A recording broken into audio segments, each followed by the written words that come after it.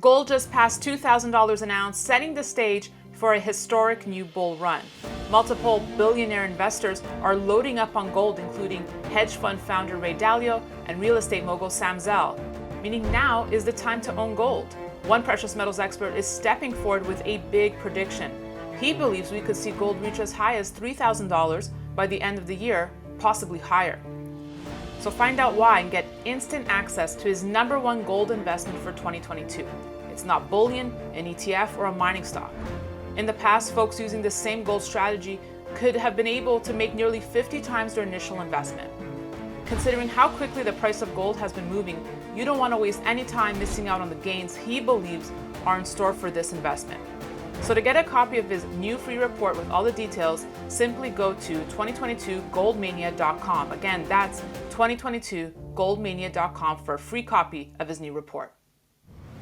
Hi, this is Daniela Cambone, and welcome back to Stansberry Research. The Federal Reserve has come out with their first interest rate increase in more than 3 years, and they've announced there's 6 more to come. So what really changes? Joining me today is Kim Iskyan. He is the international editor for Stansberry Research. Kim, good to have you on our show. Welcome. Thanks, Daniela.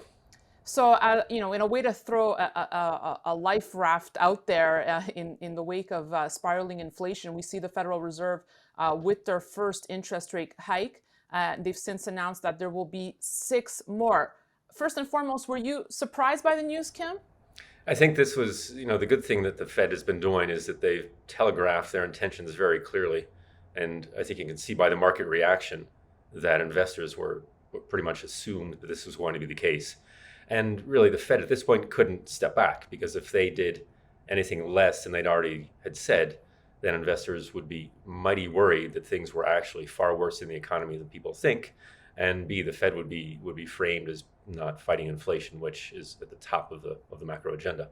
The question is, though, are they just too far behind? I mean, will these interest rate hikes be enough, in your opinion, to fend off inflation here? Yeah, I think that's the $1 million question, Daniela.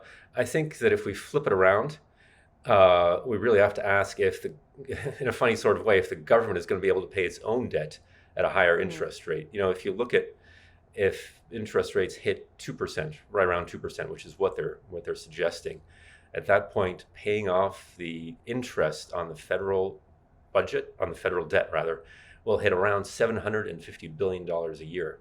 And that is as big as the defense budget right now. So I have to wonder if at some point, you're not going to raise interest rates on yourself. You can't make your own repayment of debt absolutely unsustainable. So I wonder if something's going to give before we even get there. And inflation is it's a car crash just waiting to happen. Is inflation going to go too high, or will the government just simply be unsustainable? It's just unsustainable to be able to pay that much debt. What's your take? Will it get too high, or will they be able to contain it? I think with inflation, they'll be able to contain it. I think for a while, we've been waiting for what's called the bullwhip effect, which is where everything kind of overcorrects, then comes back. And all the supply chain issues that pushed up inflation, they are easing, with the exception of Shenzhen and what we're seeing in China.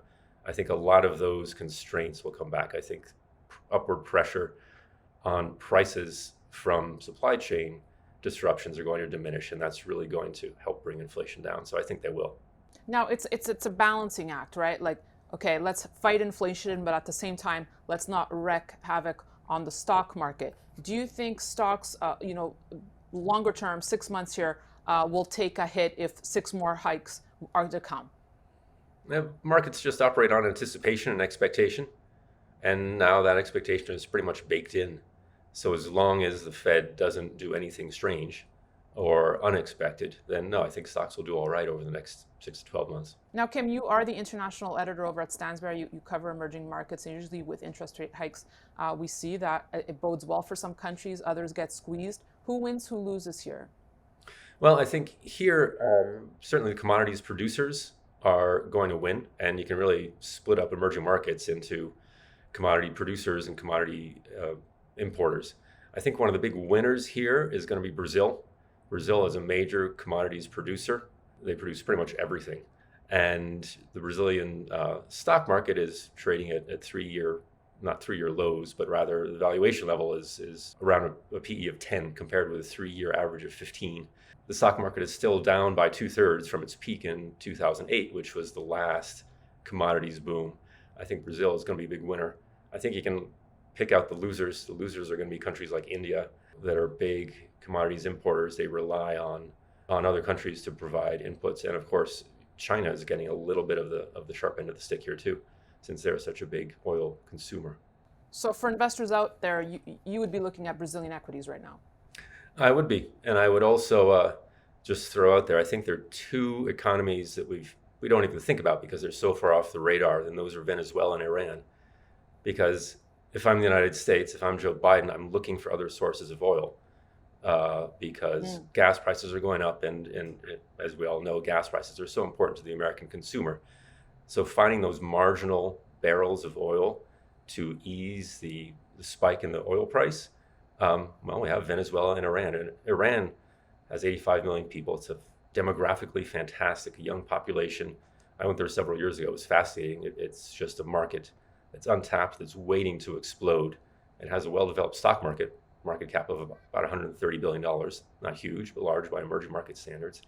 And I think the Iranian economy could just boom if the nuclear deal is signed and Iran could kind of come back in from the cold.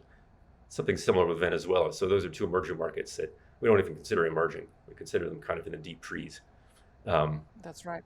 But I think those are those kind of markets to think about in the bigger picture.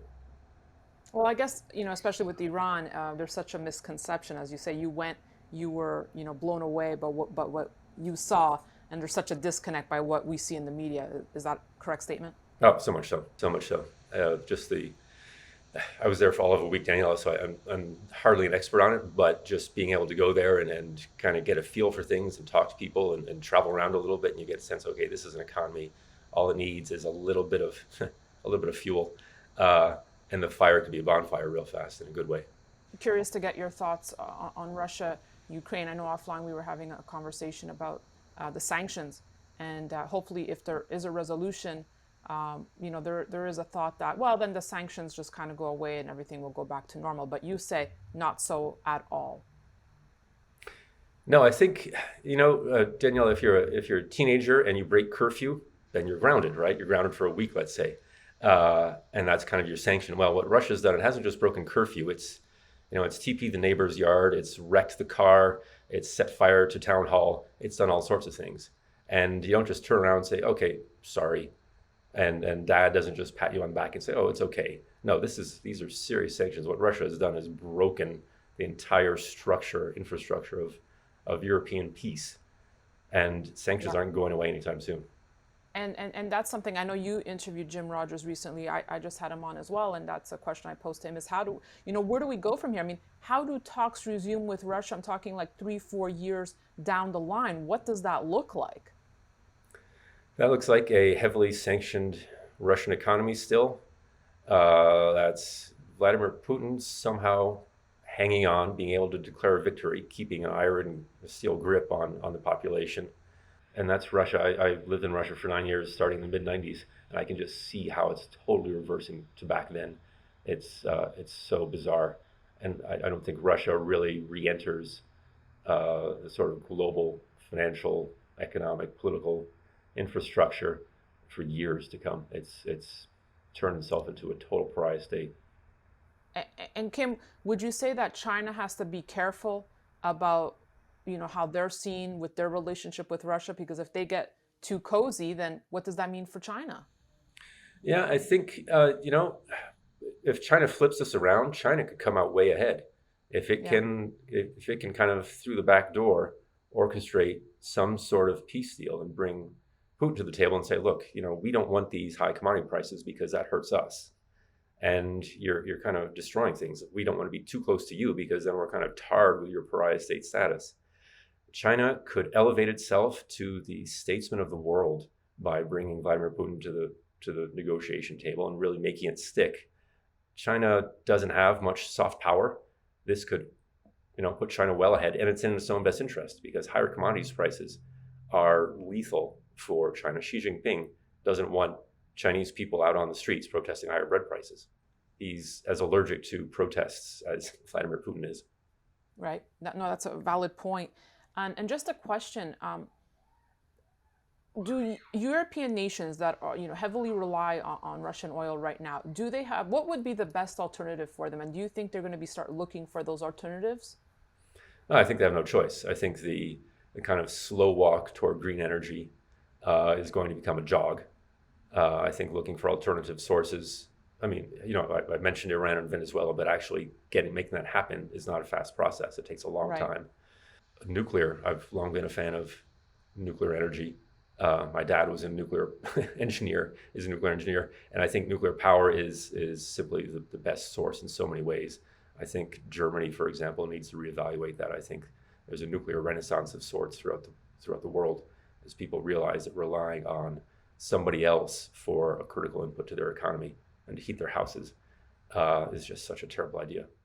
Just, since it's our first time speaking, Kim, I guess as a wrap up for our viewers who are obviously very concerned given the geopolitical uncertainty, what would be your, words of advice, wisdom right now? I think that when you're in the middle of something, Daniela, it's very easy to awfulize, to think of the worst, and it's just 9 times out of 10, 99 times out of 100, the worst case scenario doesn't come to pass, but everything kind of works out, and it's not the way you thought it would be, but it winds up being something that's more or less okay. So I think that investors should just not overreact. And look for those values that appear, because there have been so many segments of the U.S. market elsewhere that have been whacked so hard, and there are a lot of values out there. I think that's the most positive statement I've heard in a very long time. So I appreciate that. Just one final thought. Interested to get your take on this talk that this may destroy the fate of the U.S. dollar. Do you think the U.S. dollar is at risk since other countries, maybe like Saudi Arabia, may be looking at the sanctions imposed on Russia and thinking like, hey, we don't want to rely on the U.S. dollar anymore here? It's when you look at the history of reserve currencies, the dollar is kind of long in the tooth. It's kind of time for its period to be over. Now that doesn't happen unless there's an alternative. I think that a lot of countries will be looking at this, at what's happening, and saying, wait a second, if the EU can just flip a switch with a few keystrokes, they prevented Russia from accessing their foreign reserves, which is enormous. That's extraordinary. If I were countries that maybe were not completely aligned with the US, I'd say, wait, we can't expose ourselves to that. We got to think of some other way to do this. And whether that's balancing with yuan, whether that's gold, whether that's Bitcoin, I think that in the bigger picture, this is kind of like the U.S. dollar being the strong man, and the strong man pulls the train, and he just hurts his back so badly that he can't do anything again. He's injured permanently. So the strong man is going to be crippled, and I think the dollar is going to be it's done too much, and it's really abused its power. And yeah, I think in the bigger picture, the dollar, this is probably a turning point. Oof. Okay. Well, let me link that back to your point about, change not being all that bad, and investors can usually come out of it. But the dethroning of the U.S. dollar, does that scare you a bit, Kim? No, I think, for one thing, it's something you can prepare for. It's not going to happen tomorrow. It's going to happen over a generation, and I think that American investors, like most other investors, suffer from home country bias. They have a disproportionate percentage of their assets in their home market, their home currency, their home banking system. Perhaps this will be a wake-up call for American investors to say, wait a second, maybe I should diversify by looking at other currencies, by looking at other markets. And if you were Russian and a month ago you had the vast majority of your assets in your home country, in Sberbank, in rubles, in an apartment in Moscow, you are hurting right now. On the other hand, if you thought in advance, wait a second, what happens if it hits the fan? Maybe I should get a second passport. Maybe I should put some money into a bank in Europe just in case. Maybe I should have some gold coins in my pocket. Right now, you're sitting a whole lot better. I think maybe this, for American investors, could something similar happen? Probably not.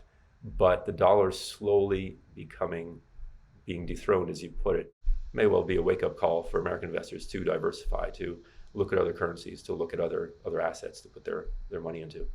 Well said. Kim Iskyan, international editor for Stansberry Research. I appreciate your time. Come back soon. Thanks, Daniela. Thank you. And thank you so much for watching. We'll have much more coming your way, so be sure to stay tuned to Stansberry Research. And don't forget to sign up for premier content you can't get anywhere else at danielacambone.com. That's it for me. Thanks for watching.